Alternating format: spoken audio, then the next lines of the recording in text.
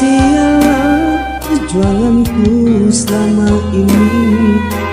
Fitnahan demi fitnahan datang menerpa diri.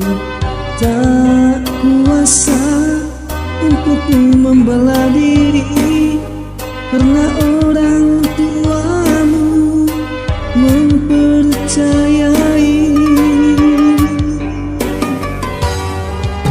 Sekali seminggu ku lewati rumahmu dan berharap dapat bertemu denganmu. Sengaja aku tak singgahi rumahmu. Aku tak mau menyakiti perasaanmu.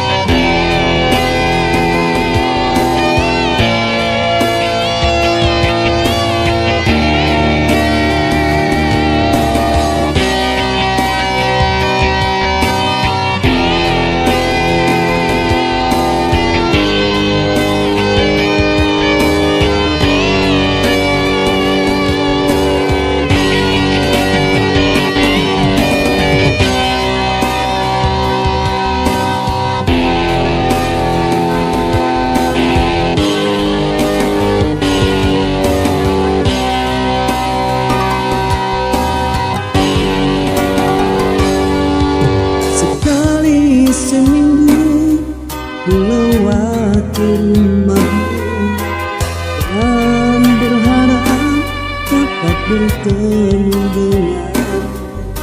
Sengaja aku tak singgahi rumahmu. Aku tak mau menyakiti perasaanmu.